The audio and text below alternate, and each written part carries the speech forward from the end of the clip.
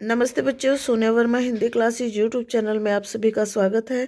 और आज मैं डॉक्टर नगेंद्र के इतिहास ग्रंथ से संग्रहित आधुनिक काल के महत्वपूर्ण प्रश्नों की प्रश्नावली 41 आपके साथ साझा करूंगी।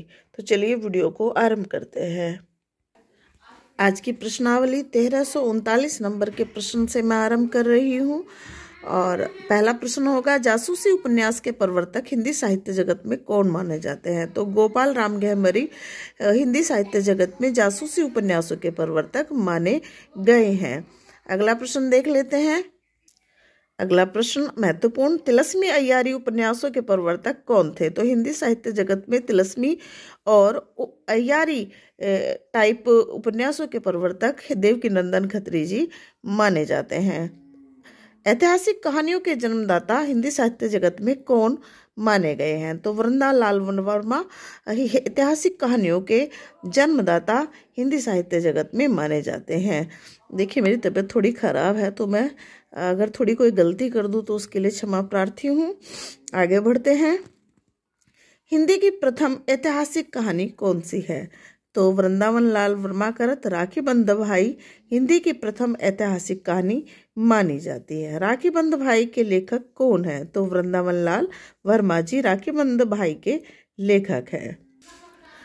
1344 नंबर के प्रश्न को देख रहे हैं। बाल मुकुंद गुप्त कृत शिव शंभू के चिट्ठे किस पत्र में प्रकाशित हुए थे? तो यह पत्र भारत मित्र में प्रकाशित हुए थे। अगला प्रश्न, हिंदी का प्रथम प्रकाशित पत्र संग्रह कौन सा है? तो स्वामी दयानंद के पत्रों का संकलन हिंदी का प्रथम प्रकाशित पत्र संग्रह है। महत्वपूर्ण प्रश्न है, ध्यान रखिएगा। 1346 नंबर के प्रश्न को देख लेते हैं। स्वामी दयानंद के पत्रों का संग्रह के लेखक कौन है? तो महात्मा मुंशी राम ने स्वामी दयानंद के पत्रों का संग्रह किया था और वही इसके लेखक है। हिंदी पत्रकारिता का जन्म किस स्थान से माना जाता है? तो बंगाल के कलकत्ता शहर से हिंदी पत्रकारिता का जन्म माना जाता है। एक भारतीय आत्मा किसके लिए प्रयुक्त हुआ है? तो माखनलाल चतुर्वेदी के लिए यह प्रयुक्त हुआ है। 1349 नंबर के प्रश्न को देख रहे हैं। प्रसाद कृत आंसू कैसा काव्य ग्रंथ है? तो वह एक स्मृति काव्य है। अगला क्वेश्चन, प्रसाद की अंतिम काव्य कृति कौन सी है? तो कामायनी। पंत की पहली कविता कौन सी है? तो सन 1916 में लिखित गिरजे का घंटा जो कविता है वह पंत की पहली कविता मानी जाती है। छायावाद का अंतिम काव्य ग्रंथ कौन सा माना जाता है? तो छायावाद का अंतिम जो काव्य ग्रंथ है वह पंत कृत गुंजन को माना जाता है। महादेवी वर्मा का प्रिय बिंब कौन सा था? तो दीप शिखा बिंब महादेवी वर्मा को अत्यंत प्रिय था और अधिकतर जगह पर इन्होंने इस बिंब का प्रयोग अपनी रचनाओं में किया है। अगला क्वेश्चन देख लेते हैं। 1354 नंबर का, छायावाद में ब्रज भाषा काव्य का उन्नयन किसने किया? तो श्री अनूप शर्मा ने छायावाद में ब्रज भाषा काव्य का उन्नयन किया था।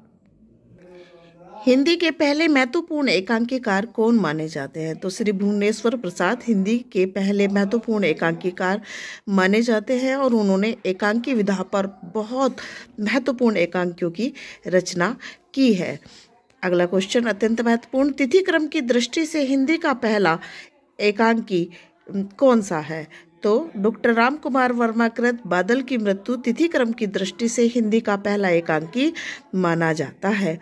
अगला क्वेश्चन, हिंदी में लिखित प्रेमचंद का पहला उपन्यास कौन सा है? तो उनका पहला यह उपन्यास कायाकल्प है। प्रेमचंद की पहली प्रौढ़ कृति कौन सी मानी जाती है? तो सेवा सदन प्रेमचंद की प्रौढ़ कृति मानी जाती है। प्रेमचंद पहले किस भाषा में लिखकर फिर हिंदी में अनुवाद करते थे? तो प्रेमचंद अपनी रचनाओं को पहले उर्दू में लिखते थे और फिर उसका हिंदी में अनुवाद करते थे। देखिए, जिस समय वो लिख रहे थे उस समय उर्दू और अरबी फारसी का बहुत जोर था और उसी में शिक्षा प्रदान की जाती थी, तो अधिकतर लोगों की उर्दू पे पकड़ बहुत अच्छी थी और हिंदी लोग सीख रहे थे। तो प्रेमचंद पहले अपनी सभी रचनाओं को उर्दू में लिखते थे और उसका फिर अनुवाद हिंदी में करते थे। प्रेमचंद युग के सबसे अक्खड़ और बदनाम उपन्यासकार कौन माने जाते हैं? तो बेचन शर्मा उग्र प्रेमचंद युग के सबसे अक्खड़ और बदनाम उपन्यासकार माने जाते हैं। अगला क्वेश्चन अत्यंत महत्वपूर्ण, पत्रात्मक शैली में लिखा गया हिंदी का पहला उपन्यास कौन सा है? तो पंडित बेचन शर्मा उग्र कृतचंद हसीनों के खतूत पत्रात्मक शैली में लिखा गया हिंदी का पहला उपन्यास माना जाता है। और 1361 नंबर का यह प्रश्न इस प्रश्नावली का अंतिम प्रश्न है।